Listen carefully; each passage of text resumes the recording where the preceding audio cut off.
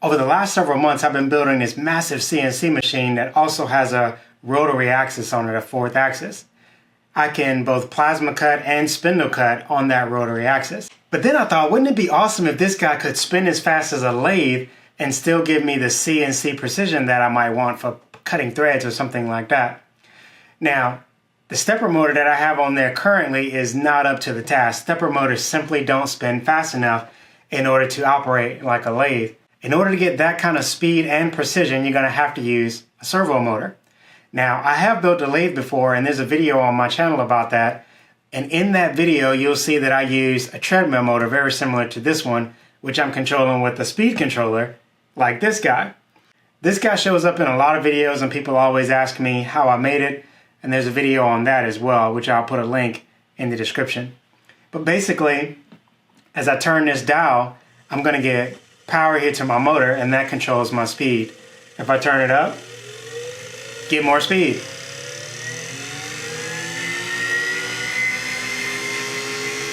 You get the idea. The problem though is that that's not nearly precise enough, right? I can't control when it stops, and I certainly can't stop it on a dime and put it in reverse the way you might want to do with a CNC lathe. So then I begin to think, well, what's the difference between this motor and a servo motor? The only difference is encoder feedback. So let's make a servo motor out of this treadmill motor, obviously. Now, before I get into this too far, I do want to say that I'm not convinced that this is the best solution, but we're going to experiment with it, and then we can talk about it in the comments, the engineering reasons why you may or may not want to do this. But let's have fun with it anyway. All right. So I bought this encoder, and this has got a coupler on it. This is a differential encoder. And for the sake of this video, an encoder is simply a sensor that gives real-time shaft position information to a speed controller. Now, this speed controller here can't do anything with encoder feedback, so I need a servo driver. A servo driver is basically a speed controller which can take information from a computer or from whatever source you want. It could be an Arduino, whatever you like. It can also read the encoder information and then in real time adjust both the speed and position of the shaft and even hold the shaft in position if something is pushing against it. Let me show you. First, let's screw this down. Okay, we're gonna disconnect this dude and hook you up to this dude. This is a servo driver which is designed to work with permanent magnet DC motors. This is 2.5, I think it's 2.5. No, 2.25 horsepower permanent magnet DC motor. And now that it has an encoder attached, it's a 2.5 horsepower servo motor. So we have an extraordinary amount of power, and it actually didn't cost me to buy this, and this encoder didn't cost nearly as much as if you had just bought a dedicated servo motor.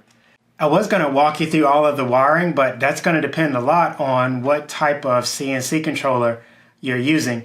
So I'll put a wiring diagram on the screen in case you happen to want to copy exactly what I've done here. But I do want to point out a couple of things that tripped me up the first time I did something like this. Number one, I did not know that this type of plug was called an RJ45. I always thought of this as an Ethernet cable. But if you search for RJ45, that's really helpful in finding parts for this. Another thing that's helpful is this guy. This is called an RJ45 breakout board. And this is good when you want to take this cable and spread it out into individual wires that you can just screw down and connect. And as you can see, this cable runs to my encoder. Here I've got my plus and minus going to my servo driver. And on the top it says armature 1 and armature 2. But that's basically motor positive, the positive lead and the negative lead on the DC motor. Before I go any further, I want to point out that this could be done with any type of motor. It can be a universal motor, an AC induction motor. It doesn't matter as long as the servo driver is designed to drive that type of motor. These guys are made for brushless DC motors, for AC synchronous motors, whatever type of motor it is. You just need to be sure that whatever driver you're using is designed for that motor type and also designed for the encoder that you have attached to it. So there's absolute and incremental. Those are the two main categories. And then subcategories on the incremental is the single and differential encoder type. So this guy requires a incremental differential encoder to work. I think I said that right.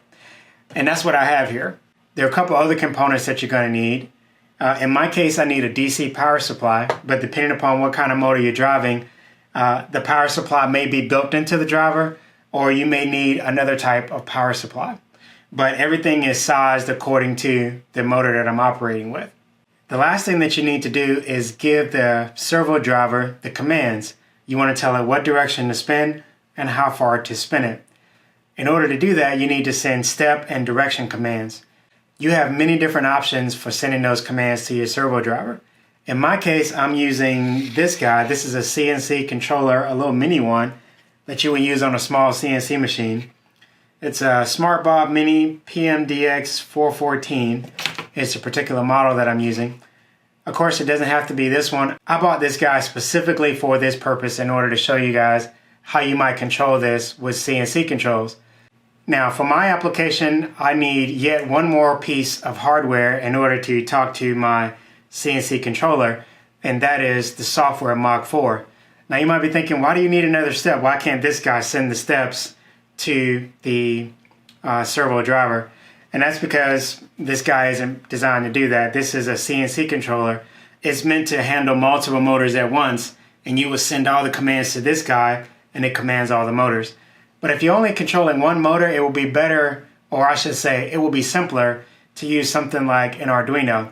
You could pre-program it to move a certain number of steps. I don't know, it could be as simple as you controlling a solar panel and you want it to rotate 30 degrees every couple of hours. Something like that could be done with an Arduino, with a PLC, and that's what I would recommend if you're just controlling one motor. In my case, I bought this because I have other experiments I want to be able to do with a really small CNC controller. That's thanks to my patrons, by the way. It's because of you guys that I can do things like this, so thank you for that. So that's why I'm using this today rather than programming an Arduino for this application. So I've got Mach 4 set up over here, and it's already programmed to talk to my Smart Bob.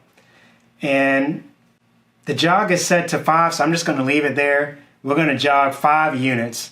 And it's set to the x-axis, so Mach 4 thinks that this is the x-axis. And the other thing is each unit is 1 full rotation, so we should get exactly 5 rotations. Let's see. Now notice it's buzzing right now. That's the motor working hard to hold the exact position so that you can't rotate the shaft. It's going to fight back and make sure it holds that position. And that's because the encoder is talking to it. Now, if you wait long enough, it'll settle down and stop. But I've also plugged up this reset button here to make it stop checking the motor for a few seconds, and then it'll notice that it's not moving. So anyway, you can control the speed. There's a lot of things that we have control over here. So I'm going to disable this for a moment. Go to Configure, Control, Motors.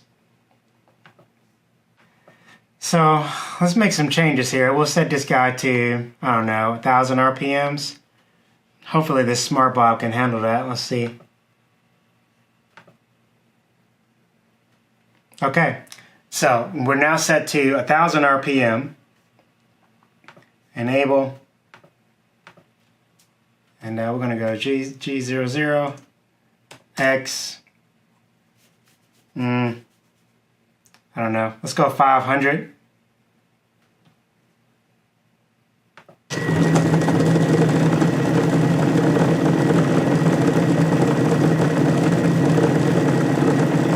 And you can see it counting up. It's counting up the units. We're going to go 500 revolutions. Now, of course, I can go much faster than this, but this is probably the fastest you could get from a stepper motor, maybe, if it was a really powerful one. But again, we can rotate and stop. So anyway, that gives you an idea of how this works, right? You can accelerate in either direction that you want, stop it, and if you write a whole list of G code, you can make your commands as precise as you want, right? 2,000 steps forward, stop for 5 seconds, go 3,000 steps back, stop for a half a second, go forward 5 steps. You get the idea. Precision control, even with the precision control, even with a treadmill motor. This kind of project is really fun in principle, but there are some engineering concerns you need to think about before you go strapping this guy to your CNC machine. Number one, obviously this motor wasn't designed for this application. Servo motors take many other things into consideration that I haven't yet put into application here. Number one, can the motor handle operating at that speed for extended periods of time? You can see I've removed the fan from this motor in order to attach the encoder. But maybe what you do is you extend the shaft through the fan somehow and attach the encoder on that extended portion of the shaft. Or maybe you have external cooling. There's a fan behind the encoder blowing air over the motor to help cool off the winding, because remember, there's current running through the winding, but it's not spinning to cool itself. It might just be holding its position. Let's discuss it in the comment section. What do you guys think the engineering pros and cons are for using a treadmill motor like this in this application? It cost me about $100 to get this encoder, and this servo driver was also, I think, about $100 to $130. I don't remember which one this one is. And if you compare that to the cost of buying like a servo motor, again, this part was free. I just ripped it out of a treadmill. So there's some value in saying this system costs $200 and maybe it requires modification, whereas you might spend a lot more, or I know you will spend a whole lot more to get a 2 horsepower servo motor. You can check out more of my content by going to my page or clicking on one of these videos that I'm putting over here.